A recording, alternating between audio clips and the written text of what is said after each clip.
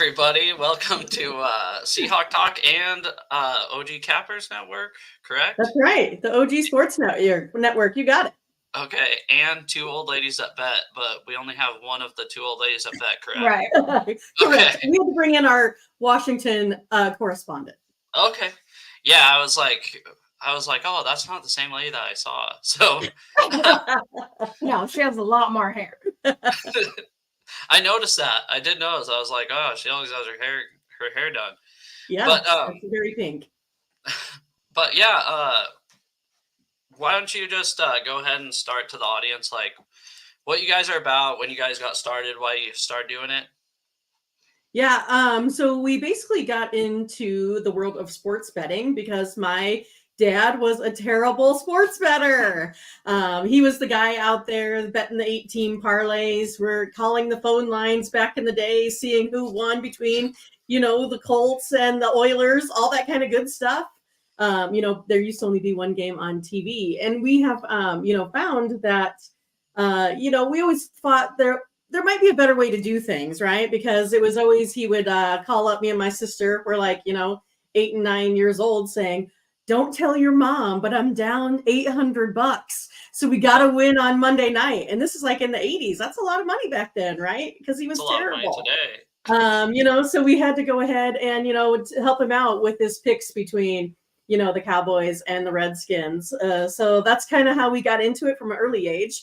And again, like I said, we felt like there had to be a better way than how he was doing it, just totally losing all the time. And so as we got older, we come from a long line of accountants. So my mom's in accounting, I am, my sister, and we just kind of started to put our brains on paper with how we, thought games were won and lost, right? So I played college softball at Nebraska Omaha. Jerry played at Nebraska Kearney. So we've known each other a long time. And so we're all interested in sports. And so we kind of, like I said, I kind of come up with a little bit of a formula, and then I have these folks that are able to help me get it on paper, put it all together, spit out some formulas. So we've become, I think, pretty savvy and pretty smart over the years. And so we always wanted to make sports betting fun and easy for those that only bet $10 compared to those that always bet $1,000. We kind of felt like people shouldn't have to pay tons of money for good information, right? Like, I don't ever think that's, that's fair. Mm-hmm.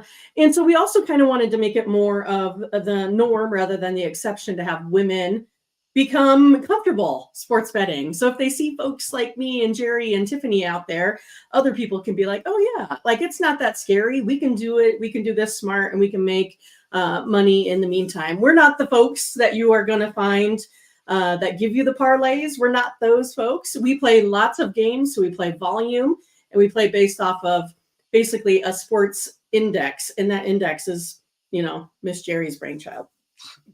Yeah, she likes me to write it all into fancy formulas, so she doesn't have to do a bunch of figuring. Right. So that way I just, every morning I enter the lines and it spits out the data, and boom, there we go. And so now is the hard part with all of this data, all of this predictions. What's going to be the best for us to actually make money? Because we can pick lots of winners, but that doesn't mean that over the long run, you're going to make money. And I'll give you an example. Here. So in the NBA this season, I was 745 and 326. So I'm up almost like 300 or 400 games. That sounds good, right? Yeah. All right. So let's just say if I played all of those on the money line, right? All of those as $10 bets, how much do you think I would have ended up the season with? I'll help you. It's $18. That's it. Out of 1,300 plays, it would make you $10. So we know that by doing this a long time that you have to be smart about it. And so what we do is we place our model versus Vegas opening lines, and we come up with buckets, right? So those buckets then tell us where we're hitting at those highest percentages. And so then we focus all of our plays onto that. And because we love sports betting so much, we went ahead and started up ogcappers.com. It's our multi-capper site that you guys can go ahead and check out. It's where we have a group of like 13 to 19 cappers in there doing some pretty good work. And you can purchase picks for sale, right? So for as little as $15, you can get best bets. You can also get like 3-packs, 5-packs, 7-packs. And then, of course, all of our pick packages are profit guaranteed, meaning that if we don't turn a profit, you get credits back to your account. So it's pretty cool. We like to give out guarantees because we want you to have a fun time here at ogcappers.com. You guys are nicer than me. I wouldn't do that. I'd be like, oh, sorry, I messed up. Yeah, and that's another thing about sports betting's very new to Washington State. But like for sure, obviously, there's always like the sketchy websites you can go through, like the offshore betting. But I mean, just for the normal guy, it's new in Washington State, and it's fun, and that's the biggest thing. Like I tell like all my friends, like this is why I like sports betting. Sorry, I don't mean to kind of make this about me, but what I love about sports betting is I can take like $100 with me and just watch college football for 6 hours, and it'd be fun, right? Or take as much as like, even like if I put like $5 on like a weird bet on a game, it's just like I mentioned before we went on Nebraska, Colorado. I wouldn't have cared about that game if I didn't have like $15 on Nebraska. Right. So it's like, I think it's fun. It really is. It's cool, and as long as people aren't like blowing their whole paycheck on it, I mean that's the deal. Right. Exactly. But yeah. Sorry, Jerry. Did I cut you off? I'm sorry. No, you didn't cut me off. Okay. She's saying she does most of the a lot of the analytical work for us with getting things that move quickly, because we don't want sports betting to be our lives. We're not those folks. We're just not. And a lot of people are like, well, how do you not know every player on the team? And how do you not know this and that? And I was like, well, pretty much what we are trying to do is just beat the books, right? We're just trying to beat Vegas. So it doesn't really matter if I know whether or not a player is going to be out. I mean, there is no statistical evidence that you can give me that if Gino, for whatever reason, wasn't starting at quarterback, right, that it's 50% that they're going to win or lose. Like it's literally, 50% that you can go ahead and take the backup and you play it just like you would a regular, Seahawks game, that sort of thing. Vegas is the one that moves the line for us. They're smarter than us. So all we got to do. They're good. Yeah. So again, like people always ask me, well, Vlad Jr. was out yesterday, yesterday, Vlad Jr. is out. Should I still bet on him? Oh no, I'm like, all we're doing is trying to beat Vegas, right? And that's what we did. We wound up getting a win on the first 5. No Vlad. It worked out okay. I feel like baseball too. It's like so much. Like one guy is not going to affect everything compared to football too. But like the Chiefs without Mahomes, it's a little different than the Chiefs with. Yeah, but the Chiefs without Mahomes, right? That line, instead of it being -7, is going to be maybe +3, right? I mean. So again, we're just trying to move that much. You think with Patrick Mahomes, 10 with him out? Yeah, 10. You think honestly? Oh, yeah. Okay, sorry. I don't pay attention. I don't pay attention to it. So I was just. If Mahomes is out, like saying they're playing the Lions or something, that line would flip. Where I think the Chiefs would become, the underdogs, especially with how they've played in the past, right? With their lack of receiving core. Well, they haven't had the speed, so Mahomes has to throw to like little windows, and who even knows who Kansas City's backup is? I mean, the other guy retired, and so I think they would move it a lot because you're playing somebody that has hardly even seen the field. God, I feel like I know the Chiefs backup this year, but I don't. Right, see, it doesn't come to mind. It's not Chad Henne. That's all I know. Yeah. Didn't Wentz sign? Who did Wentz sign with? Do you guys remember? Not Kansas City. We know sure? that. Can we just search it up? That's what my nephew is. Well, we're close enough to KC that we get a lot of updates. He signed with a really weird team. Yeah, Chiefs. Kansas City Chiefs. It's Wentz. Is it? Yeah. And he's bad. I think they should have done it. Yeah, he sucks. Let's be honest. He was good for Yeah, like you got a 1-year deal, huh? half a year. Are we sure? Because that says April 1. Are we sure that's not the an April Fool's joke? No, he plays for the Chiefs. Kind of. Yeah. All right. He sits on the bench for the Chiefs. If that makes you guys feel better. He's someone that could maybe score a touchdown if he doesn't fumble. Well, look at back to your point. A couple years ago, remember when Baker Mayfield practiced like 3 days for the Rams and then came in and beat it was the Raiders? You're right. Anything can happen. So that's what I said. Vegas knows more than we do, and all you got to do is beat that line, and we know what our numbers say against each of those different lines. Yeah, and Jerry would probably attest to this too. Like at least under Pete Carroll, I don't know what it's going to be like under Mike McDonald now, but you never bet the Seahawks. Never bet the Seahawks spread. Bet the Seahawks money line. If they're underdogs, they're probably going to win. If they're favorites, they're probably going to win, but not cover the spread. It is so crazy how the Seahawks have always just, they'll be favored by 5.5 points and win by 1. I think the directive from Pete was like, as soon as they get ahead at all, they just slow it down. Coast. Yeah. Yeah. Yeah, for sure. It wasn't like that when he first came, but yeah, it did eventually become like that. We were the worst tackling team in football last year, and I don't care what you say. And that is coaching, which sucks because I love Pete Carroll, but that is coaching. When nobody can tackle on the team. And Jerry, I'm sure you feel the same way about Jamal Adams as I do. He might be the worst football player I've ever seen. So yeah, the combination of slowness and no more explosiveness and timid. He was so timid. I was like, "What are you doing?" And here's the thing that bugged me about Jamal Adams. I'm sorry again, you guys, for kind of getting off topic, but no, you're fine. He'd make a tackle 10 yards down the field and celebrate like he got a tackle for a loss. I'm like, what are you doing? Yeah, I guess, do you guys want to get into some of the odds for at least the Seahawks and then any odds that you'd like to bring up, like that you really like if you've studied any for at least like not player props, but I guess you would call that player props, right? Like any stat bet? Sure. Yeah. Okay. All right. Well, so I wrote down the receiving yards for basically the Seahawks receivers, and there's one that I really like. It's a DK at 950.5 receiving yards. He's only gone under 1,000 receiving yards two times, his rookie year and 2 years ago. But I think he was at 984. So he's really only gone under 950 one time. I kind of like the over. Lockett's at 700.5, and I kind of like that because he is getting older. I feel like JSN's going to step up and take a little bit more of his targets.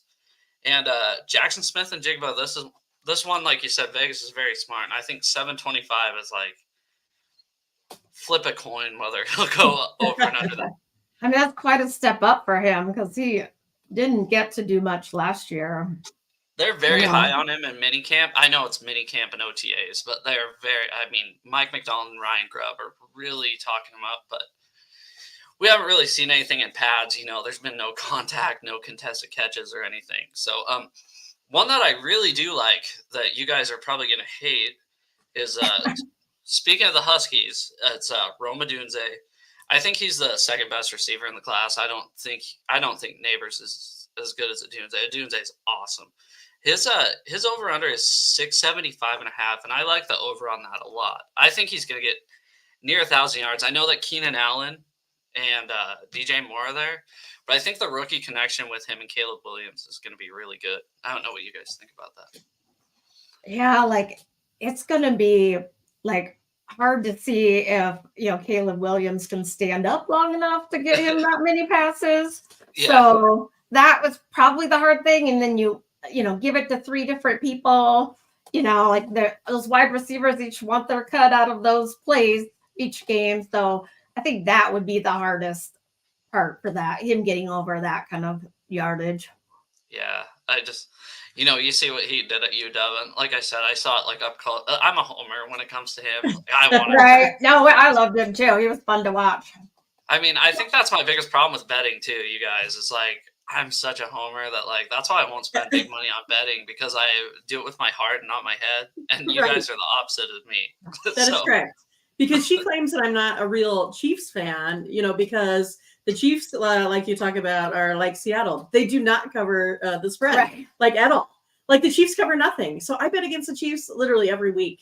And she's like, "How can you be a real Chiefs fan?" I'm like, "Because I love money more." That's I don't. I can't do it. I can't. Well, I can have both win. Like, I mean, I can have both win, right? They can still win and not cover the spread.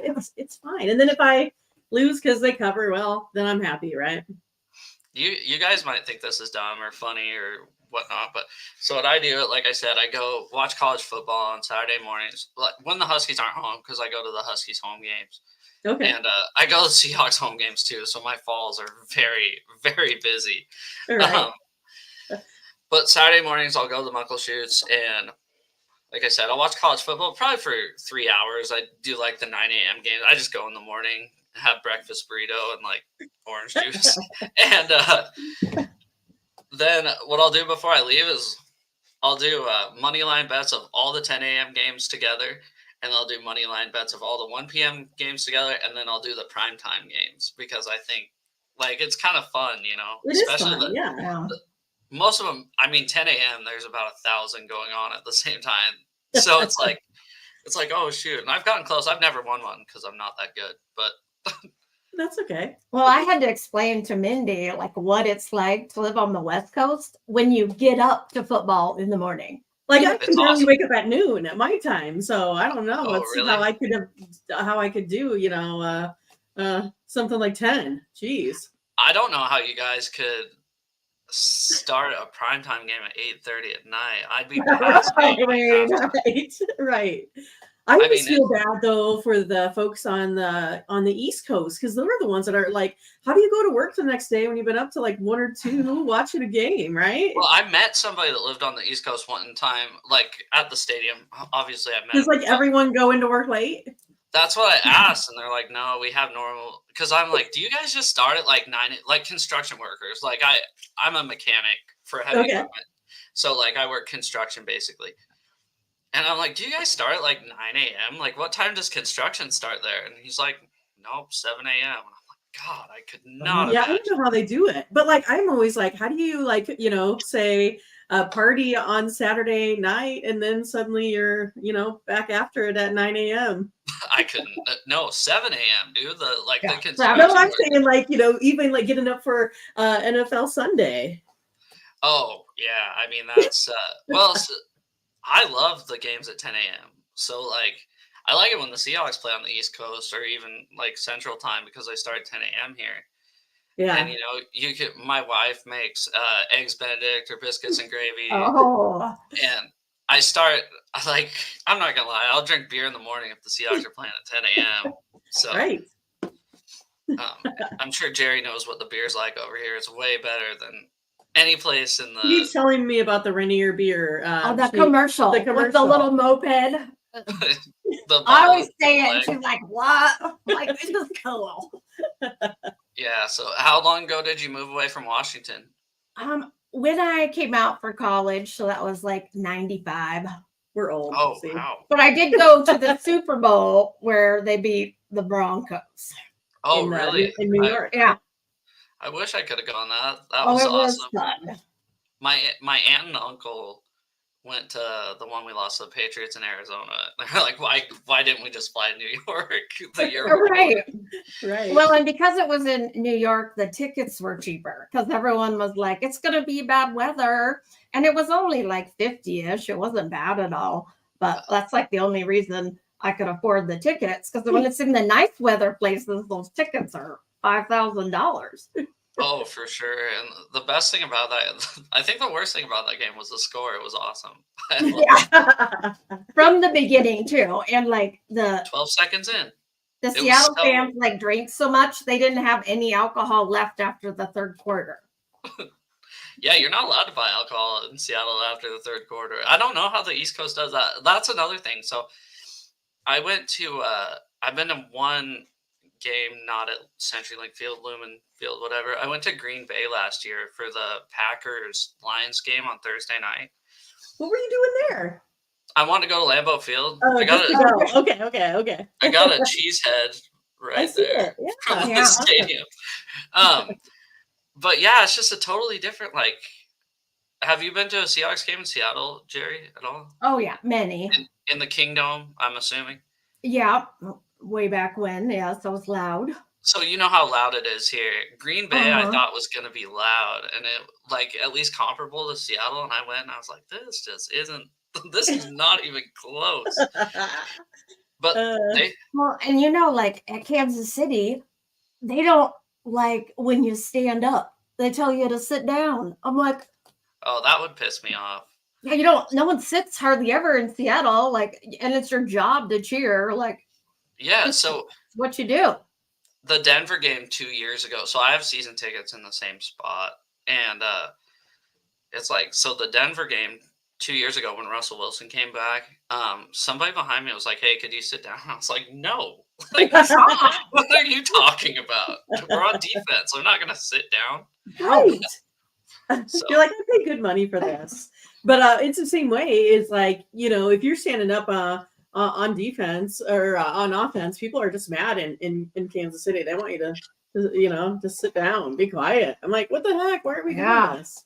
Even though it's loud, it is loud in Kansas City. I have not been to Seattle, but they compete. I think probably closest to Seattle. Yeah, actually, they hold the record. Kansas City does for the loudest stadium, which I find insane because the Seahawks games, when they get close in the fourth quarter, they get freaking loud. And like last season, all the radio hosts, I think before the Carolina game, they were like, it's just not as loud as it used to be. And it wasn't for a while. Ever since COVID happened, it was quiet. And then, boy, when we played Carolina last season, I think they had like 8 false starts that game. And like, as a fan, you're like proud of that. You're like, you know what? I affected that. It's fun. So. Right. Well, I don't know how they measure the sound, but it sounds much louder in Seattle than Kansas City. And I don't know if it's just because they're a little spread out in their stadium a little bit more, but like the way that those upper decks hang over at the football field, like you get that whole sound effect. So it's pretty loud. So I've sat at the very top of the stadium and the very first row. And the loudest place there is to sit is right under the covered areas in the 300 level. That is the absolute loudest place to be because it's just echoing right off the back wall there. Yeah. I mean, it's crazy. You're like, holy cow. So I sit in the south end zone, and you think that's loud. That's where all the craziest people are too, is the south end zone. Jerry probably knows that, but yeah. So, but up, it's way louder up there. I mean, just because all the noise is echoing. But yeah, sorry for talking you guys' ear off about. Oh no, it's fine. It's fun to hear. It's fun to hear about other people's experience with going to games. Do you guys go to a lot of Chiefs games? We usually try to hit like one a year. It's one of those like you have to hit it just at the right time, or it's 100 degrees or minus 12. Like it literally, you have like only a couple weeks in there to. Really have a good time. Since 2018, those tickets have skyrocketed since Mahomes did the quarterback. So that's a little frustrating too, right? It's the same last thing. one we went to is when the Chiefs played the Seahawks. So was that the one? Oh, Christmas Eve. Wasn't that Christmas Eve? It was like 2-3 years ago, I think, on the one I'm talking about. In it was like the third coldest on record. It was like minus 12 degrees. It was so cold. The Chiefs won, but I think it was in December. Yes. Yeah. It was either like a day after Christmas or the day before Christmas Eve or something like that. I don't. And Marshawn Lynch threw a fit and sat himself out the second half. Oh, this is a different one than I'm thinking of. That was way long ago then. Well, there was a couple that were pretty long ago. That's just the one I was thinking of. It might not be the last one we went to. Yeah. But the one that sticks out because it's always so cold. Well, and in KC, they love tailgating, right?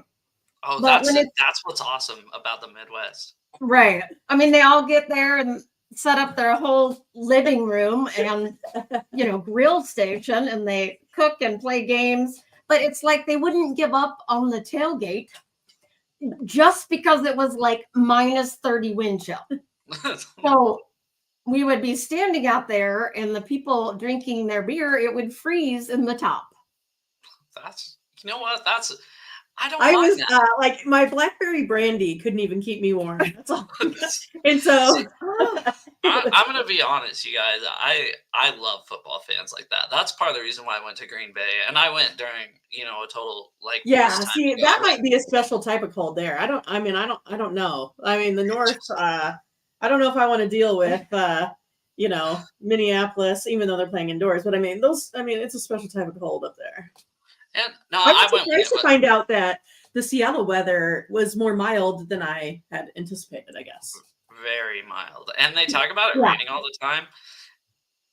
The thing is about here, like it rains hard sometimes, but normally it's just like cloudy and a drizzle, and that's why people think it rains all the time here, because it rains often, but it's not like pissing rain all the time like people imagine. That's what I imagine, yeah. So the Seahawks started playing outdoors. Well, I mean, they play at Husky Stadium for 2 years before Lumen Field.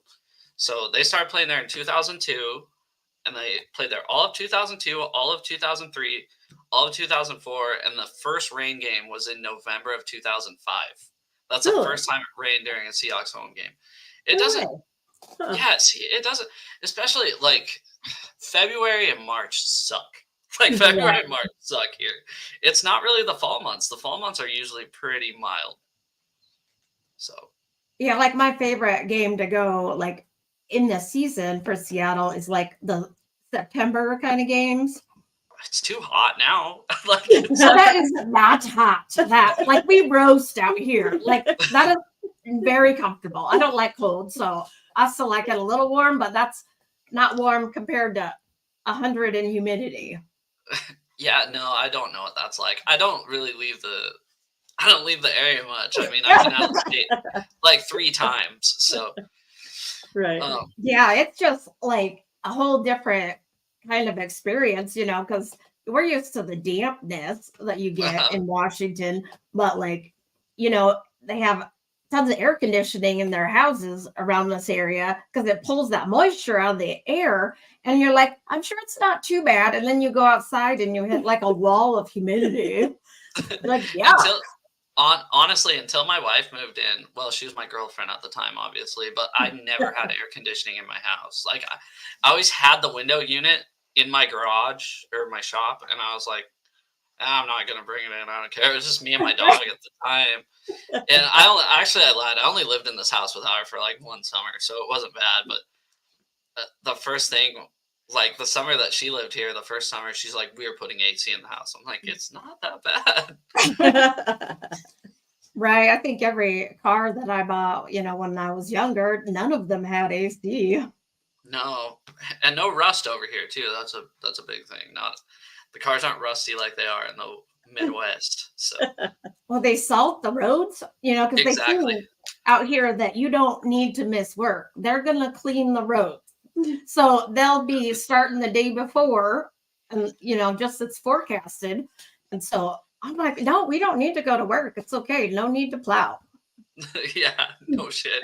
They don't. So in 2019, we had a huge snowstorm here. February of 2019.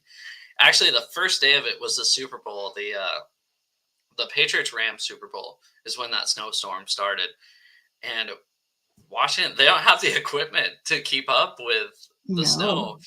And people, so I was going to get internet installed in my house from Xfinity, and the guy was in Minnesota and like laughing at us. He's like, oh, you guys can't deal with a little snow. And I was like, we don't have the equipment to deal with a little snow.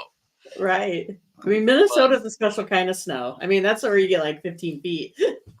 Yeah, but they're used to it. We're not. They are. I mean, you're in Canada there. It's like imagine if it rained as much there as they would here. They'd have a bunch of floods, and they'd be like, "Oh my god!"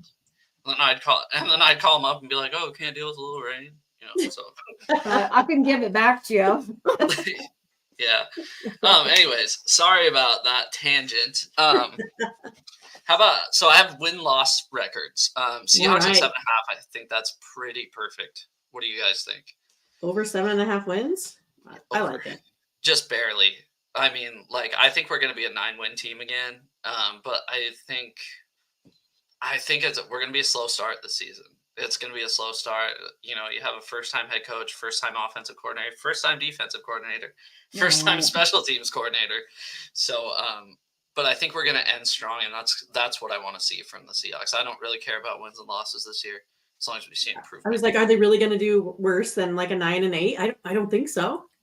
No, but I think it caps. I don't think they go deep in the playoffs if they sneak in, if that makes sense. I'm not betting on, well, I lied. I am betting on them to win the Super Bowl because I just put $100 down every year. Right.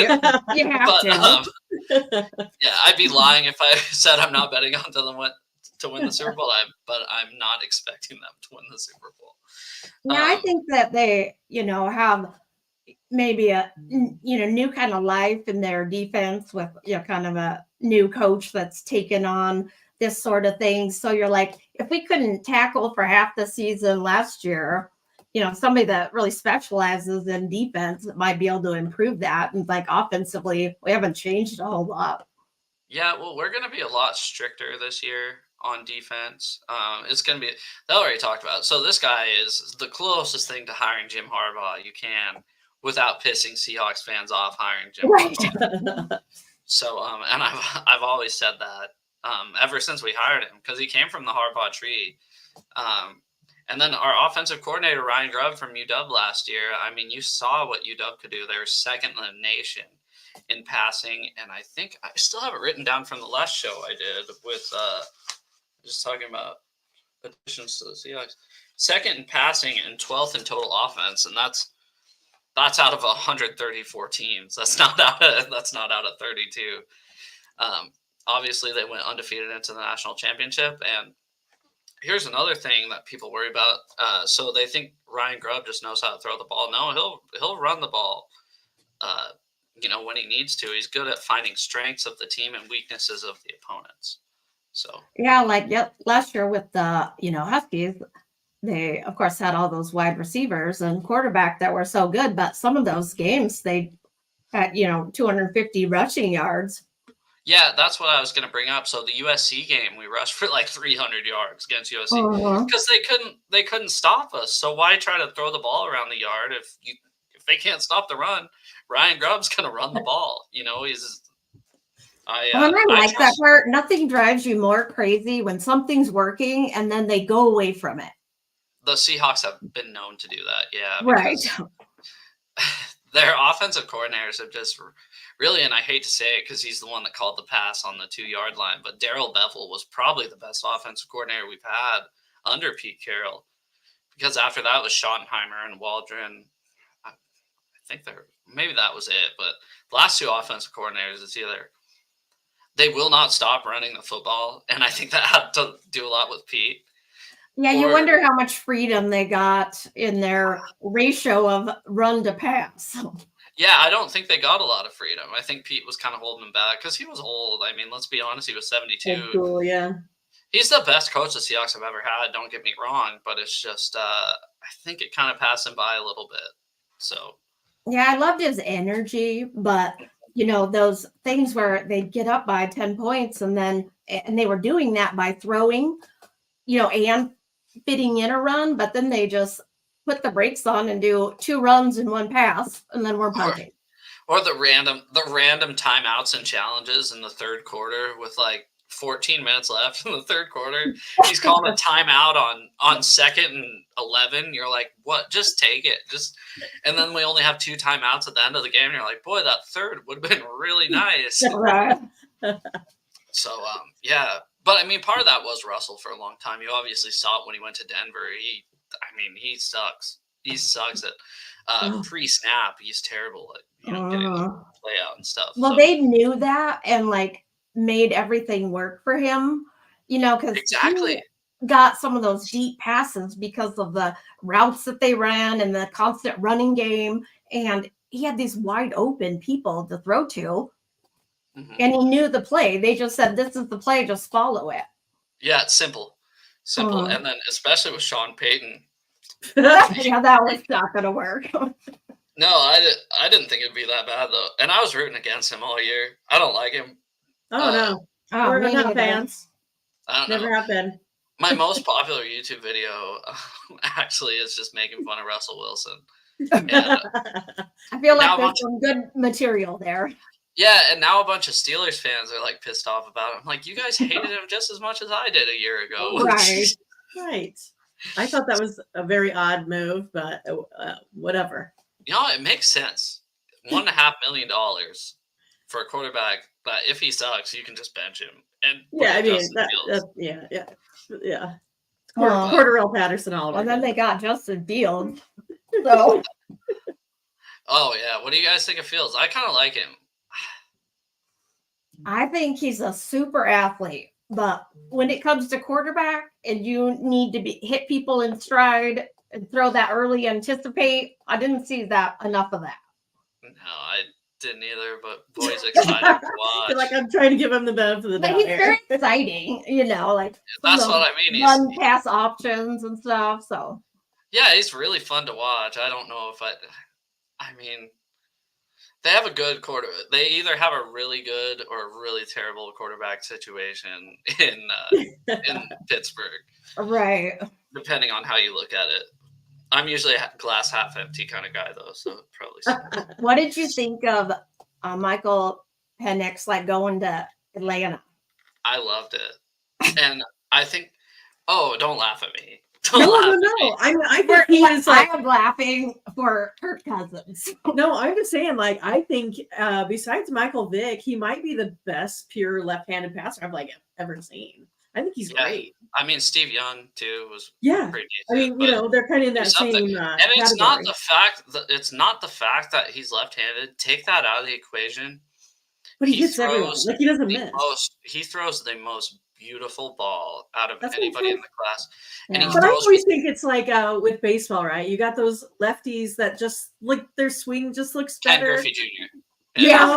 Well, you know what I mean, though, and it's the same way with him. I just think he looks, beautiful with passing. Yeah, I mean, yeah, and it comes out fast. I don't know, Jerry. You probably watch more than Mindy, obviously. Sorry, but I make her watch. She doesn't get a choice. But Penix, I mean, he'll have a guy 2 steps away from him, and somehow he will get that ball out, and it's between the numbers, And it's watching him this season. It's how did you do that? I mean, even last season too, obviously. But I mean, I have this written down too because I was talking about the Seahawks offensive line coach. Where is it? They allowed 11 sacks last season. And that wasn't just the offensive line. That was Penix, too, getting the ball out fast. I like that he went to a situation where he can sit for a year. I was so happy he didn't go to, a terrible team. Right. Right. I mean, at least they got some pass catchers there. I mean, I think they'll be okay. But I don't know if Kirk Cousins is really going to be able to take that job away from him, honestly. I mean, something's always going to happen to Kirk Cousins. Yeah, you know what? I'm not a big fan of Cousins. He's won 1 playoff game in his whole career. Yeah, right. So it's I think he gets paid a lot of money for not a lot of results. He's just the feast or famine, right? 1 week he'll have 5 TDs, and the next he'll have 5 INTs. It's just crazy. He's great at 10 a.m. He's awesome at 10 a.m. 10 a.m. Morning coffee. 10 a.m. in the dome. No, he's awesome at those early games. I mean, I was it is true. When you look at his stats at the 10 a.m. start, 1 p.m. start, you guys have. Noon. What? Noon. Yeah, we're central, so it's 2 hours. Noon start. Yeah, he's awesome at noon. Yeah, I got to sleep in.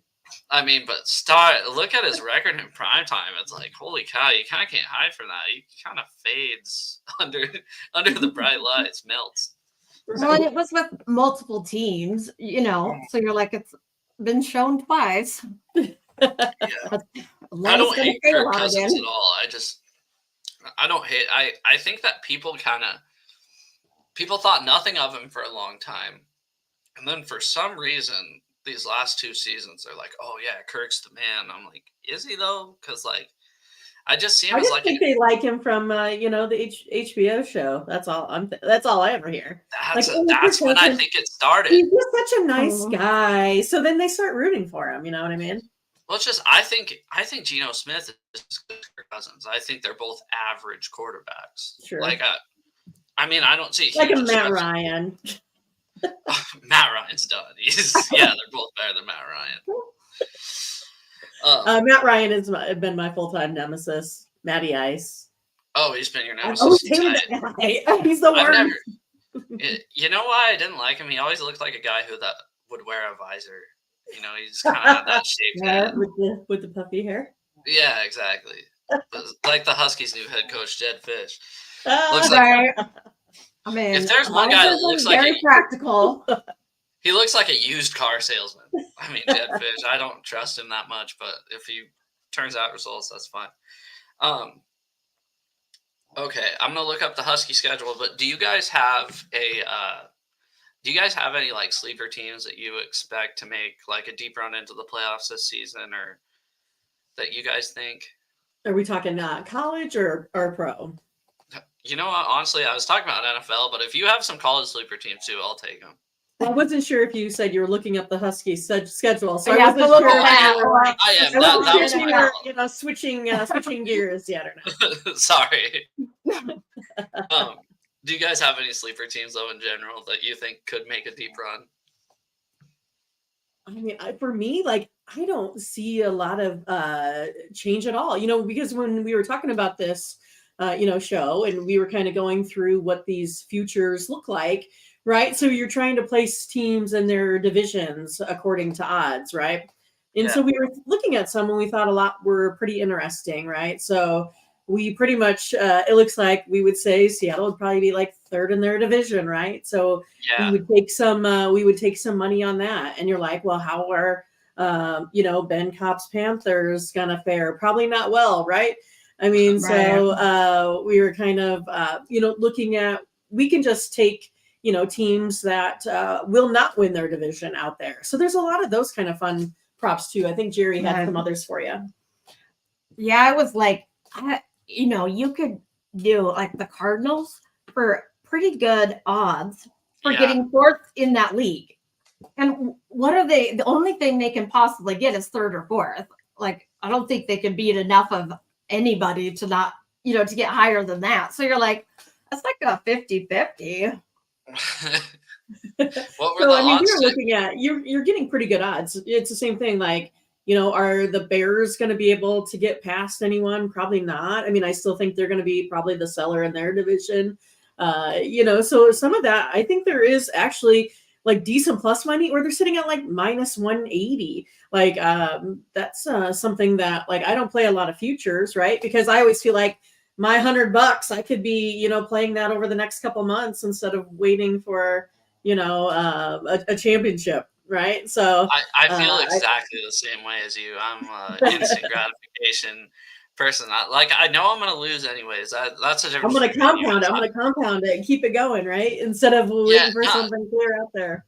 See, I know. Yeah, there was a pretty good one on Chicago, right?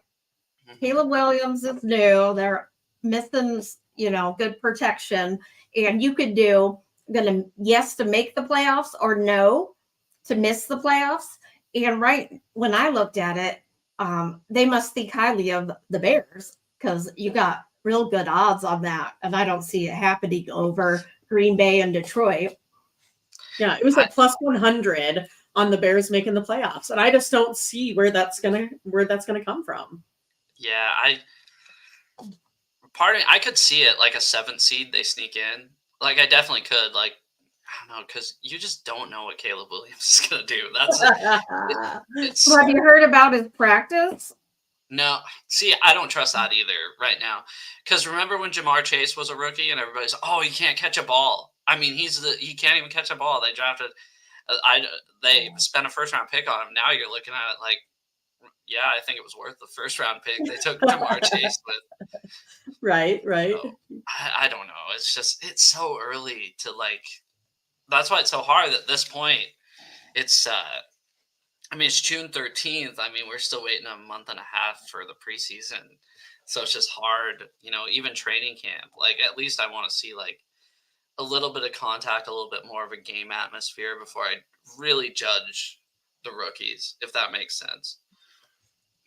Yeah, and they can practice real well, and you just have to see in that first game if they're gonna play a game like they practice.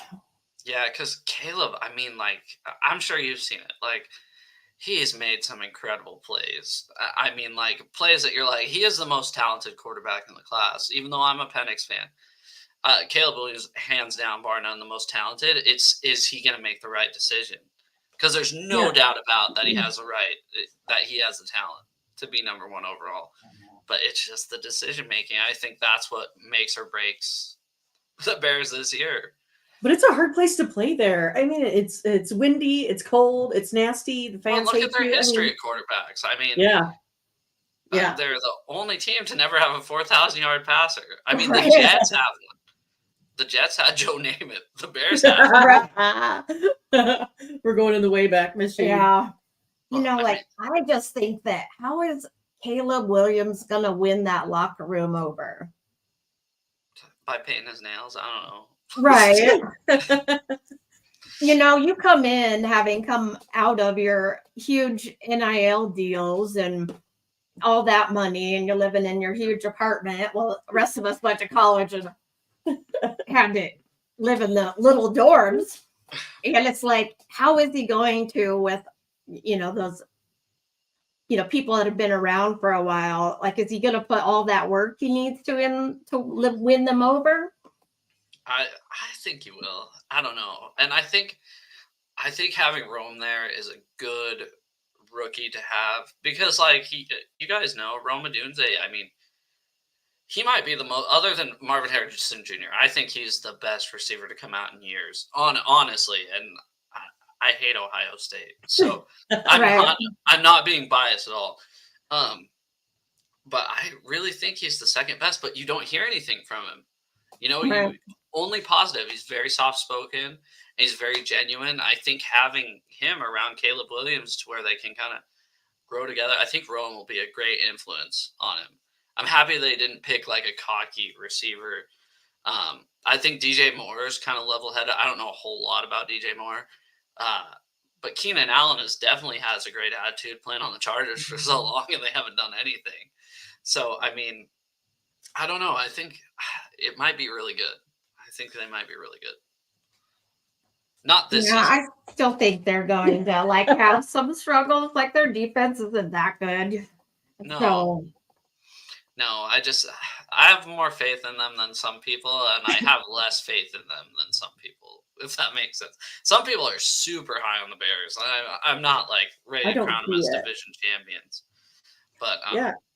I mean, how are they going to be out the Lions? How are they going to be out the Packers at this point? I don't really see it. Well, the other one that the Lions are crazy with are the Jets.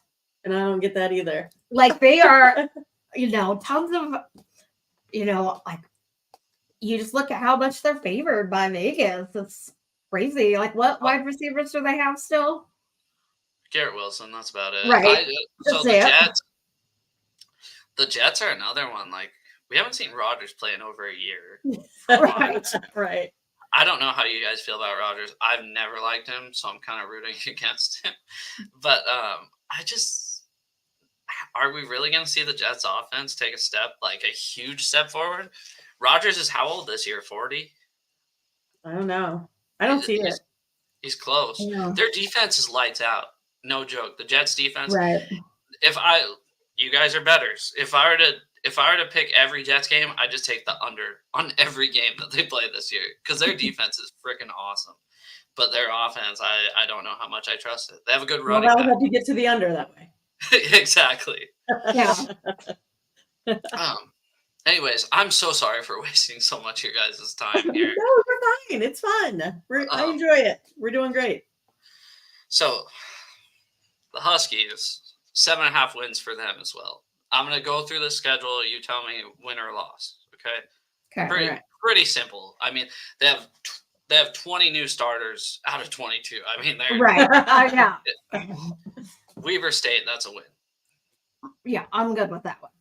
Eastern Michigan win. Yeah. Wazoo win. They lost their quarterback too. Yeah, they lost everybody. Yeah. Because they don't have a not in a conference league. right now. No league. Yeah. And keep in mind, I mean, they have the SEC all-time passing leader at quarterback this year. I mean, it's just, I think their roster has a lot of talent. It just, can they put it together with all those new pieces? I think is the thing with the Huskies. Well, and I think the only thing that helps them in that is it seems like every team has to put a lot of pieces in with this transfer. Yeah, like it's crazy. It's kind of exciting. I thought I was going to hate it. I actually did hate it for a little bit, especially this year because the Huskies lost all their players. Right. But it makes things fun. It's more professional. It's basically pro football now. I mean, they're getting paid. So, right. But then you're never going to have like the dynasties anymore. So I don't know if that's fun or not fun. I don't know. What do you think? You like the dynasties?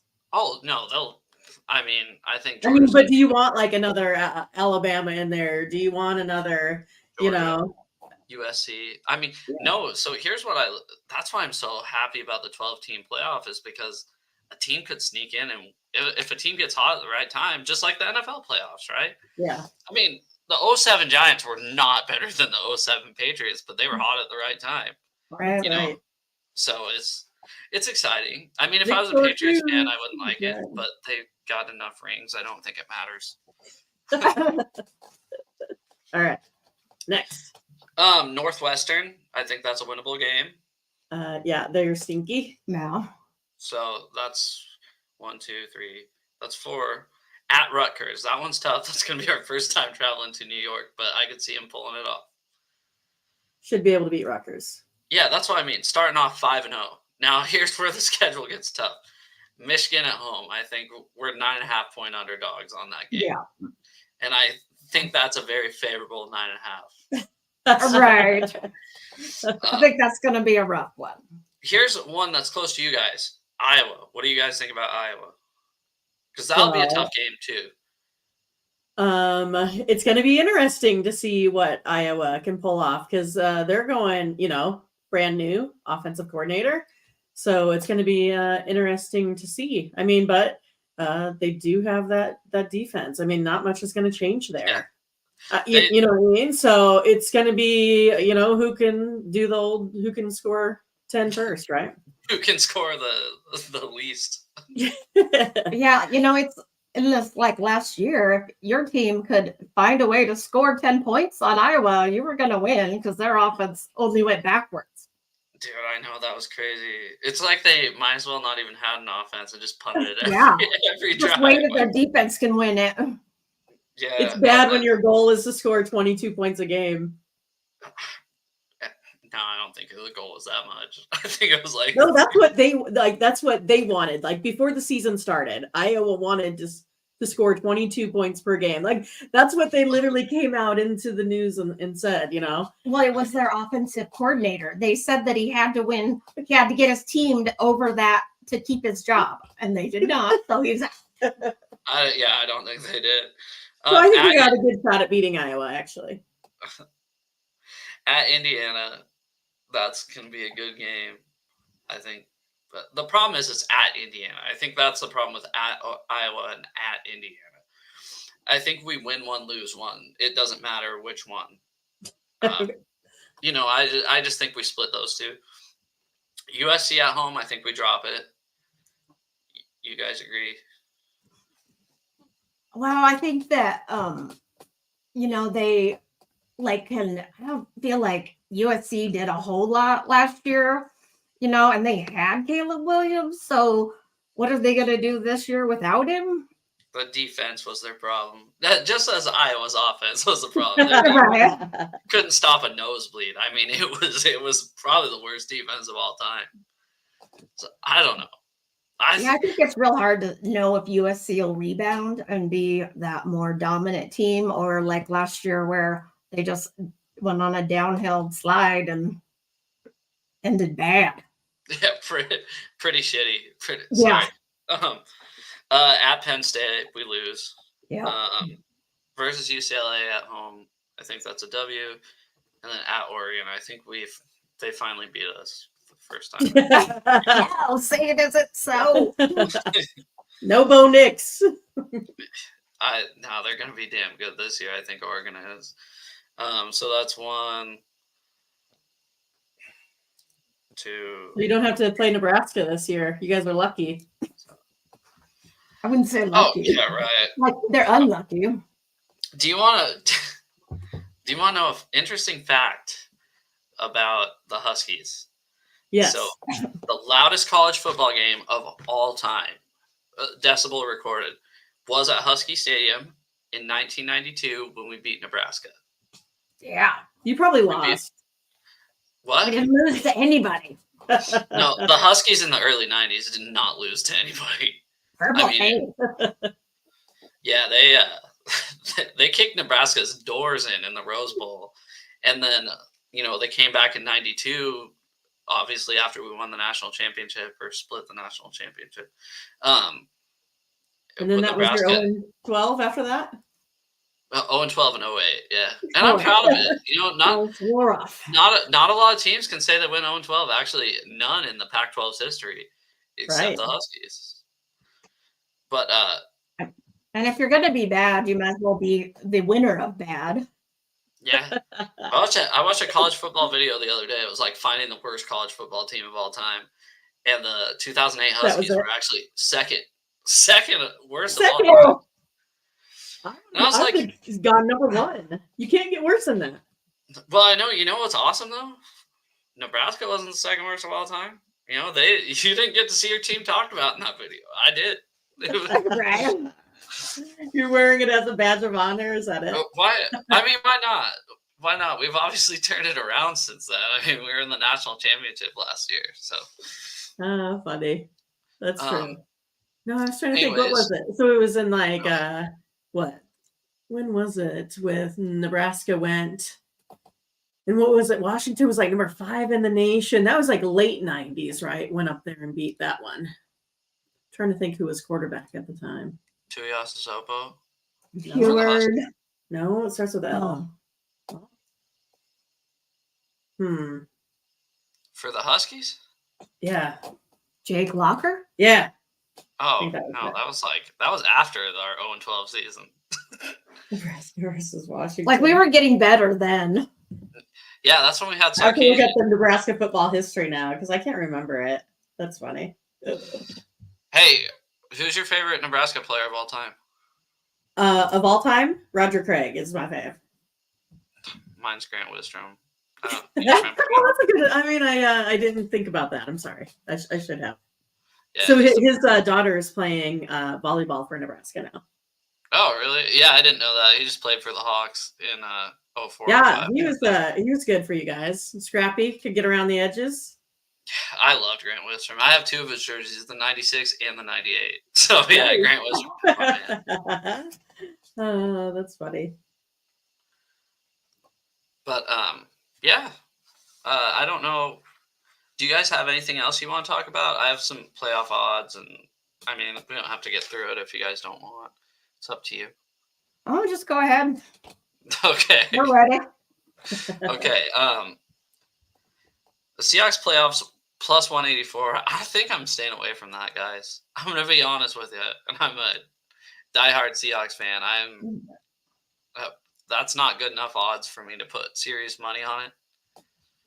No, and I don't think that they have a whole lot of room like on their record to like get a wild card spot, which you would have to get because of the 49ers. So there's not a lot of wiggle room there. Like more of the NFC's got some room, but I also think the Rams are going to be pretty good. I don't. They're going to fall off. They're always good for 1 year and suck the next. I'm not worried about the Rams. I'm worried about the 49ers. Not at all, huh? Okay. Well, and Aaron Donald is gone. That was like our probably big nemesis of their defense, like beating us up completely. But I mean, it was not there. Yeah. I mean, we'd go 13-3, and the Rams could go 4-12, and they would beat the shit out of us. And it was like, what the fuck is going on? Same with, I mean, other than the last 2 years, no matter how good the Rams were, no matter how mediocre we were, 49ers, we'd always beat the 49ers. Right. It's like the Rams beat the Seahawks beat the 49ers, and the 49ers beat the Rams. Yeah, exactly. Yeah. And then the Cardinals just suck. I've always said that. Yeah. I mean, they're kind of like junior varsity. Well, they have no fan base, and that's why I don't respect from them. I mean, everybody that lives in Arizona isn't from Arizona. Right. Yeah, they didn't start wearing Seattle Seahawks clothes as early as they can remember. Yeah. Anyways, so win division, Seahawks are plus 750. If you want to throw a couple bucks on that, I don't mind. Just the problem is the gatekeepers. You gotta, honestly, for the Seahawks to win the division, it means a lot of injuries to the 49ers, if I'm being completely honest, because I don't think they're gonna fall apart mentally. I mean, there's always a Super Bowl hangover of the team that loses the Super Bowl, I feel like. But it's just, fuck, they're so good that I couldn't believe they didn't win the Super Bowl this year. Yeah, like Super Bowl and winning that are a couple plays here and there. There's not, a huge difference between, what happened. So, you hardly think if they played that Super Bowl over and over again that it wouldn't be much but pretty even between the two teams. I think it would be. Yeah, 100%. I think that was I was going into expecting the 49ers to lose, me to be pissed, or 49ers to win, me to be pissed off. And I told my wife, because we went over to a friend's house for the Super Bowl. She goes, do you even care about this game? I'm like, no, I don't care about this game. It's fine. It's fine. Oh my God. When the Chiefs scored that touchdown in overtime, I just go, fuck yes. Like I was calm and composed the whole game. But you know what? There's only one thing almost as good as the Seahawks win, and it's watching the 49ers lose. Yeah, that's right. I did bet on the Chiefs to win that Super Bowl. Oh, nice. So I did make a bet. We have to have every Super Bowl party Mindy's, because it's like, it was good luck. They've won the last 2 times. And then they do shots every time they score. Right. Shots? Yeah. That's a shitty Monday, girl. we don't go to work on those days. Come on now. So the scoring was more spread out this year, but last year's Super Bowl, there wasn't a lot of scoring. And then Kansas City just got crazy with the scoring at the second half. So the shots were really close together. Fuck, who did they play last? Oh, that was the Eagles one. Yeah, they probably were really close together. It was just like boom, boom, boom. So, I wandered off to get to sleep. And then in the morning, I woke up and I was like, I got to look at the TV to see who won the Super Bowl. She totally couldn't remember. So I watched it on the replay. That's a pretty bad one to forget, too. That's like, there's only one game going on. Well, and I remembered shot number 4, I think. And then I was looking at the score. I know why I'm so sick. They scored 80 points. Touchdown. So when I take my wife to the Seahawks game, usually I can do a podcast the day after and kind of remember everything. If I take either one or two of my best friends, one of the two, I have to wake up early the next morning before work, watch the full replay on that NFL Plus. It must be folks from Washington. I watch that NFL Plus, and I'm writing notes down because I'm like, I know we won or lost, but I don't fucking remember anything. I'm like, man, this is terrible. Hilarious. We're going to have shots with you, Joe Stevens. I mean, I'm not a shots guy. I'm a beer drinker. So the problem is, when I take my buddies, we'll go to tacos and tequila at 10 a.m. watch 10 a.m. games. Yeah. You're not supposed to see. Around here, we have a rule that you don't drink before 11 because whenever we've had something start before 11, like it would be like, say, Nebraska, Iowa game around here, right? Someone's house burns down. We're like, 2-0. Have you been to Iowa game before? Either of you guys? I have not been to an Iowa game, but I've been to the university many a times. So it is a great campus, that is for sure. I'd want to go see them wave to the children's hospital. I think that's actually pretty cool. Like, that's one of the coolest traditions in college football, when they wave to the kids' hospital. Yeah. I mean, it's I don't know. I think it's going to be something that you don't witness at any other stadium, right? I mean, like the morale, and I think what it does for all the folks there. Yeah, and like that's how Iowa's like super on the map around here. I love college football, like the tradition of college football. I think that's the most fun thing about college football. I mean, the Seahawks do it. The Seahawks and like a few other teams do awesome things before the game. Like, we got the flag, that we raised, but it's nothing like hearing that band play after a first down or after a third down stop. I mean, it's such a different. I mean, the game's almost the same, but it's just such a different atmosphere that it's like. I think I heard a college player say this one time, or an NFL player, obviously that went to college, and obviously, and said, it's crazy because like in college you have your fans rooting for you, and in the NFL, it's like your fans are rooting against the other team. And I'm like, that was such a good way to put it, because it's true. I mean, it is true. I'm a lot more angry at the other team in the NFL. Right. Just much more of a positive vibe, if that makes sense. So. Yeah, for sure. I gotcha. But yeah, what do you have going on through the weekend? I think we're about to wrap it up, if that's okay with you guys. Yeah, so we have this big thing here. Remember, it's the Men's College World Series. So you want a couple predictions there? Sure, why not? Give it to the people. All right. So there's been some big trends in Omaha here over the years that we can kind of maybe start to weed some folks out, right? So over the last, we would say 25 years, there's been no number one seed that has won. None. So we can just scratch Tennessee like right off the top. We can just wipe them right out there, right? And it's then like the death pool. Yeah, right. Baseball teams.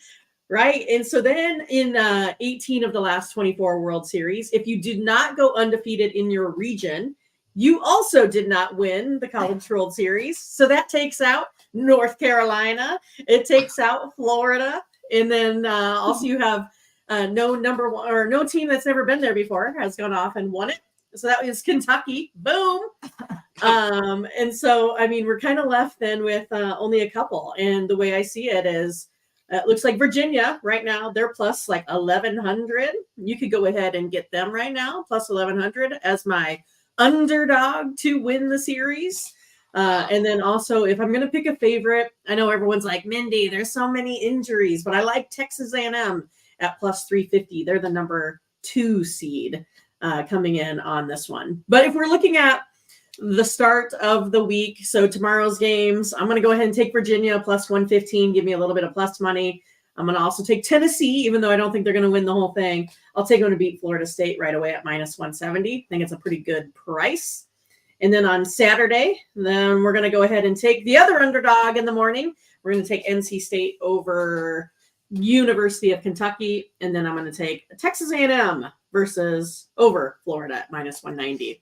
So it's one of those, like, a lot of folks are hoping that Florida can get past that stud pitcher there, and then Florida might be on their way. But it's going to be, if Florida can do something miraculous, they have the pitchers in order to kind of compete the rest of the way out. But I am not rooting for Florida because they took out my Huskers, so they can just go home early if it's up to me. But we actually do some content creation for WagerWire. And we will be out there signing people up to the WagerWire app here soon. We're going to be out there and having the best tailgates because we love the tailgate in the Midwest. We're having the best tailgate here over the next 10 days. We're doing, food, fun, prizes, the cornhole, the impossible hot dog eating contest. Oh, hey, speaking of which, you guys do sports betting. Yeah, What do you think about Joey Chestnut not being allowed in the Nathan's hot dog it's competition? rigged. It's got to be rigged. Okay. Yeah, I'm like, are they gonna have like him eating the impossible wieners across the street at the same time? Dude, he's let the man eat. I mean, Right. come on. I mean, don't censor him. Come on. Just because Nike's the NFL uniform, don't mean you can't wear Adidas gloves. You know what I'm Right. saying? Right. That's So- right. Exactly. And maybe he just wants to be a little healthier, eating them plants. I mean, you see his belly starting to, go south. I realistically don't even know who he's sponsored by, and I just like let the guy eat. I don't do my Nathan's hot research. dogs, yeah. I don't do my research when it You know, comes to. Nathan's is probably going to come up with some sort of veggie dog here pretty soon, anyway. I just This is assumed he was carrot dog. sponsored by what's the other, like Ballpark Franks or something. I just I don't really care, to be completely honest. He's Right. the only hot dog eater in the world that everybody knows. Yeah, we only know him from this one day. Yeah, exactly. Yeah. Even though Let he's them- probably, sucked down like what, the 25 eggs. They have all those weird, eating competitions they do. No one cares. All right. Right. We just want to know the 4th Uh-uh. of July hot dog. Come on. So you guys have DraftKings and FanDuel, where you live. Can you We bet do. on the hot dog eating competition? Those are not always in every state. Just like I could not bet on the Academy Awards this year, which I was kind of bummed about because I had some insider, info, and he would have went like basically 12-2, and I couldn't put any money on it. Can you bet on hot dog eating? I'll let you know. Yeah, we'll have to look that up. If You it might is, have to go through many It's apps. considered a sport. Okay, it's on ESPN, so you have to. well, we'll have to see if it's on maybe ESPN Bet or something like that on their new Yeah, app. you guys get all that stuff. That sucks. Well, we have like at least 10 here. I get nothing. And also, It's not fair. Right, yeah, your let the man eat, congressman. Kai. Yeah, I agree. So you guys live close to the College World Series. Yeah, so we actually live in Iowa. We were born in Nebraska, or I was born in Nebraska. I keep saying we because of my sister. But my sister, we live on the same block, so we didn't, move far away from each other. But yeah, we're only like basically like a 5-minute drive across the Missouri River, and that's it. Downtown Omaha is literally minutes away. Oh, Jesus. Like we're I mean- closer to that game than most of the people that live in Omaha. Oh, no. I mean, that's awesome. 5 minutes? Yeah, So you 5 guys minutes. are going to go the Yeah, whole it's weekend. where like Creighton University play. Creighton University's right downtown. That is their college ballpark, Okay. and that's where like the Creighton Blue Jays play basketball and such too. Like So, across the street. yeah, Man, that's got to be sweet. Just being it's awesome. So it's a really good time. Like if you have never experienced it, you should just come. Like it's just an amazing time. Plus, they do the shots contest all week long. So we'll be, reporting live all week, giving you updates on how the shots are doing as to which team can consume the most Jell-O shots at Rocco's. Okay, so yeah, I was a little confused there when I heard it at first. But yeah, that's the kind of shots competition I enjoy. So I'm happy you guys It is are so, and I'm telling you, like when I'm saying like it's shoulder to shoulder in there, you can barely walk through to even get anywhere in that place. It's wild. Like, I mean, there's a million people in like a 10 square block, basically, I mean, it's pretty wild. And they have like the fan experience.